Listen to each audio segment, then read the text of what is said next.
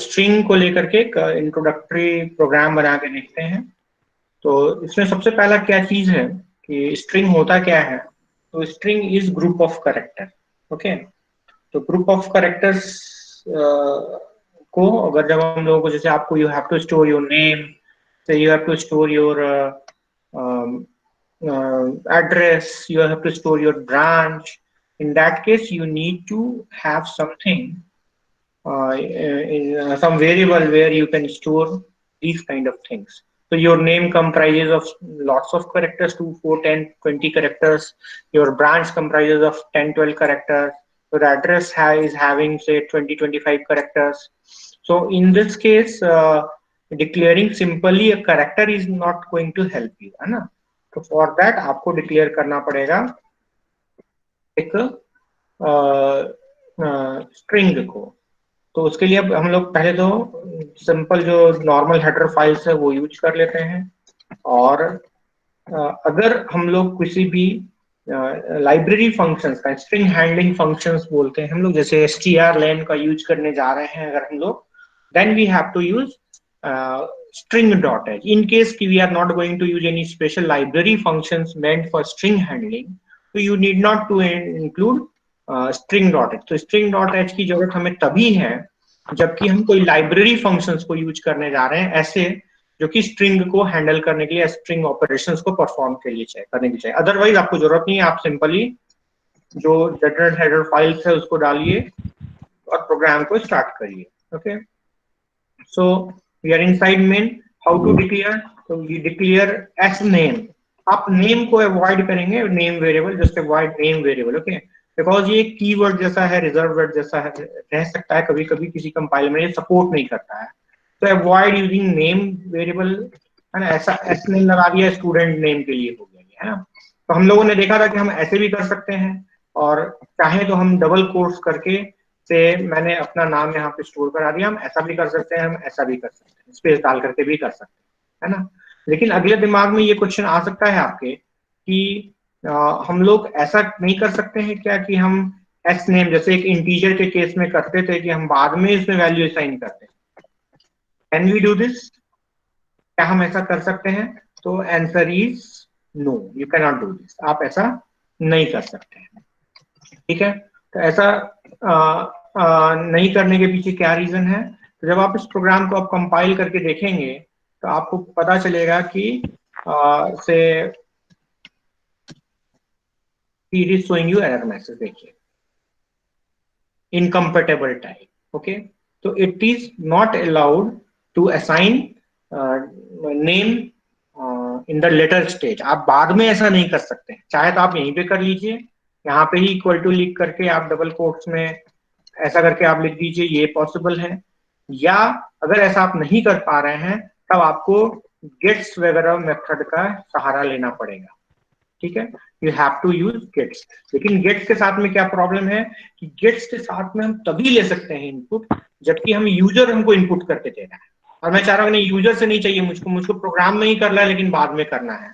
तो how we can do it? क्या इसका कोई रास्ता नहीं है? नहीं, ऐसा रास्ता है, ठीक है। तो पहला चीज व्हाट इज नॉट अलाउड, तो ये ध्यान रखना है कि बाद में हम S name is equal to something, anything like this is not allowed. ये अलाउड नहीं है, ऐसा हम नहीं कर सकते। तो फिर ऐसा करना होगा तो कैसे करेंगे बाद में? चाहे तो मुझे इसमें कुछ असाइन करना है या कुछ चेंज करना है तो कैसे करेंगे? तो for that we there is a library function. उसके लिए एक लाइब्रेरी फंक्शन यहाँ मैं लिख रहा हूँ, क्योंकि अब लाइब्रेरी फंक्शन यूज करने जा रहा हूँ, इसलिए मैं यहाँ पे string .h का यूज करूंगा मैं यहाँ पे, है ना। सो यहाँ पे लिखते हैं हम लोग। अब यहाँ क्या कर रहे हैं हम लोग? तो यहाँ पे strcpy is a function that is basically used to string copy copy. yes, string copy. It will copy one string to or any string in this s name. So what is the format of writing this? So same name, just write the name of the variable in which you want to store it, and say now I want to write Mohit right now. Okay, so it will change the value. Just simply use puts का use करके हम लोग S name को यहाँ अगर हम लोग display कर लें तो what will happen? just execute the program and see what is happening here. What is you are getting? You are getting मोहित, है ना? तो आपको मोहित दिखाई दे रहा है, ठीक है? तो ये क्या कर रहा है कि इस वैल्यू को चेंज कर दिया। पुराना वैल्यू क्या हो गया? पुराना वैल्यू खत्म हो गया। अब पुराना वैल्यू उसके अंदर में स्टोर नहीं रहेगा, new value will B store. This is one way. दूसरा तरीका क्या है? आप बोले कि नहीं सर, मैं एक दूसरा वेरिएबल चाहता था, I want another variable and now I want to assign value from one variable to another variable. से ये है, इसमें एक वैल्यू असाइंड है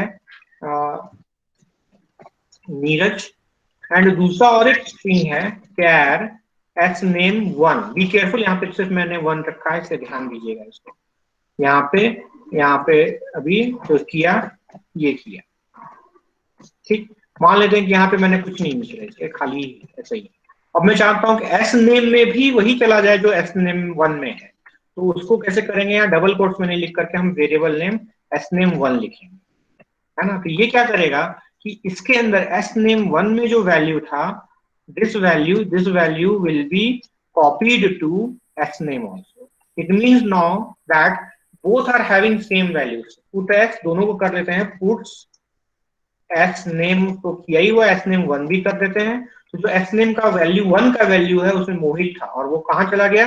एस नेम में चला गया। तो यहाँ दो, इसको आउटपुट देखने से दोनों चीज का आंसर मिल जाएगा कि क्या ये कॉपी होके गया कि नहीं हुआ, कि कॉपी होके गया कि कट होके गया, है ना? मतलब वैल्यू कॉपी हुआ कि नहीं, पहला हम ये देख लेंगे। दूसरा ये है कि एस नेम वन का वैल्यू क्या हुआ, वो रहेगा कि खत्म हो जाएगा? तो आंसर ये होगा कि दोनों में रहेगा, दोनों में मोहित हो जाएगा, है ना? इसको एग्जीक्यूट करके आप कंपाइल करके देखिए, what you are getting Mohit twice. दो बार चाहिए आ रहा है आपको, क्योंकि दो बार आप लोगों ने क्या किया है, दोनों में असाइन कर दिया है। ये दूसरा तरीका। पहला तरीका आप डायरेक्टली यहाँ पे असाइन कर दे रहे हैं वैल्यू। दूसरा तरीका था कि आप यहाँ पे वैल्यू यहाँ पे डबल कोट्स में डाल के आप मोहित डाल दे रहे हैं। This is the second way. And third way is कि हम, तीसरा तरीका क्या है कि हम एक वेरिएबल से दूसरे वेरिएबल में असाइन कर दे रहे हैं। तो थ्री पॉसिबल वेज से हम किसी भी स्ट्रिंग में वैल्यू को डाल सकते हैं। और चौथा पॉसिबल वे तो है ही हमारा कि हम स्कैनफ के थ्रू कर सकते हैं। पांचवा पॉसिबल वे है स्कैनफ के थ्रू जब कर रहे हैं तो यूजर से आप इनपुट ले रहे हैं, एंड गेट से भी कर सकते हैं, उसमें भी आपकी यूजर से इनपुट ले रहे हैं, है ना? तो when you are accepting input of string, there are two possible ways you can do it using scanf. याद है ना? मान लेते मैं यहाँ पे बोल दूं printf एंटर योर नेम, है ना? तो यहाँ पे जस्ट रिवीजन के हिसाब से भी कर रहा हूं, कोई अगर नहीं अटेंड कर पाए थे। scanf percentage S comma S name. Okay, यहाँ पे याद होगा आप लोगों को कि हम लोग एम्परसेंड यूज नहीं करते हैं। उसका एक्सप्लेनेशन मैंने ये बताया था आप लोगों को कि एरे, कैरेक्टर एरे अपने आप में खुद ही पॉइंटर है, मतलब अपने अंदर में वो पहले वाले एड्रेस को स्टोर करता है। उस पहले वाले एड्रेस को क्या बोलते हैं? तो that address is called base address. Okay, तो बेस एड्रेस क्या हुआ? तो ये जो वेरिएबल क्रिएट हुआ, यहाँ पे क्या होगा? तो एस नेम जीरो से शुरू होगा, एस नेम जीरो पहला होगा, अगला क्या होगा? एस नेम वन होगा, एंड डॉट डॉट डॉट कहां तक जाएंगे हम लोग? तो एस नेम क्योंकि 20 है तो लास्ट क्या हो जाएगा हमारा? S name 19। ठीक है, तो यहाँ पे हम लोगों को क्या मिलेगा? लास्ट वैल्यू जो मिलेगा वो 19 मिलेगा यहाँ, है ना? This is the last value, that is 19 you are getting. तो 0 से 19 टोटल 20 हो गया हमारा। तो इस वाले जो एलिमेंट का एड्रेस है, इसका मेमोरी में कोई एड्रेस होगा, उस एड्रेस को हम लोग बोलते हैं बेस एड्रेस। हम लोग पिछले क्लास में डिस्कस कर चुके हैं, ठीक है? तो ये एस नेम कहाँ स्टोर होगा?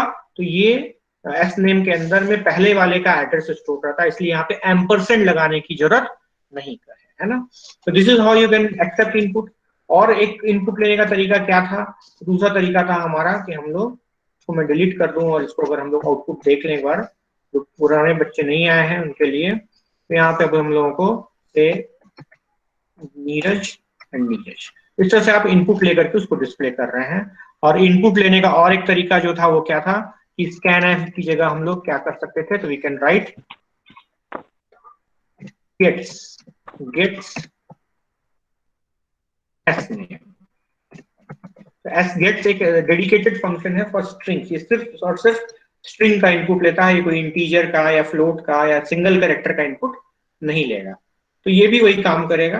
आप यहाँ पे यूजेस कर रहे हैं, ये आ जा रहा है। तो total 5 different, there are 5 different ways when users input लेना है। 2 पॉसिबल वे है, स्कैनफ, गेट्स। और जब आपको चेंज करना है उसके वैल्यू को, या आप खुद से प्रोग्राम में साइन करना चाह रहे हैं कोई वैल्यू को, तो डायरेक्ट वेरिएबल डिक्लेरेशन के समय यहाँ पे आप कर दे रहे हैं। दूसरा तरीका ये जैसे यहाँ कर दिया है। दूसरा है strcpy में आप लोगों ने डायरेक्टली डबल कोट्स में वैल्यू असाइन कर दिया। और तीसरा है एक वेरिएबल से दूसरे वेरिएबल में असाइन कर रहे हैं। These are 3 possible ways of using और assigning value to sname। What is not possible, तो directly sname is equal to ये अगर लिख रहे हैं बाद में कहीं भी डबल कोट्स देकर के, तो that is not allowed. Okay, तो these are basics of string handling. तो हम लोगों ने लास्ट डे एक फंक्शन देखा था, दैट इज strlen, है ना। strlen क्या कर रहा था, तो हम लोगों ने एक इंटीजर वेरिएबल डिक्लेयर किया int i, और हम लोग क्या, या int len कर लीजिए आप लोग। एंड यहाँ पे आप क्या कर सकते हैं, you can write len is equal to strlen and double quotes sname। तो ये क्या करेगा, ये आपके लेंथ को प्रिंट करेगा, printf परसेंटेज डी लेंथ। तो अगर आप जो भी इनपुट ले लीजिए अभी, उसको एग्जीक्यूट कीजिए, कंपाइल करिए, एग्जीक्यूट कीजिए। यहाँ पे क्या होगा, से नीरज किया, यहाँ पे काउंट करके 1 2 3 4 5 5 कैरेक्टर से 5 दिखा रहा है आपको। ठीक है, स्कैनफ के साथ में एक लिमिटेशन था हमारा जो हम लोगों ने डिस्कस किया था कि वो स्पेस नहीं लेता, इसमें नीरज स्पेस कुमार देंगे तो वो नहीं लेगा। तो उसका सॉल्यूशन क्या था, instead of using gets, sorry instead of using scanf आप यूज कर सकते हैं गेट्स को। ठीक है, तो इससे बेस्ड मैंने हम लोगों ने कुछ प्रोग्राम्स किया था लास्ट क्लास में।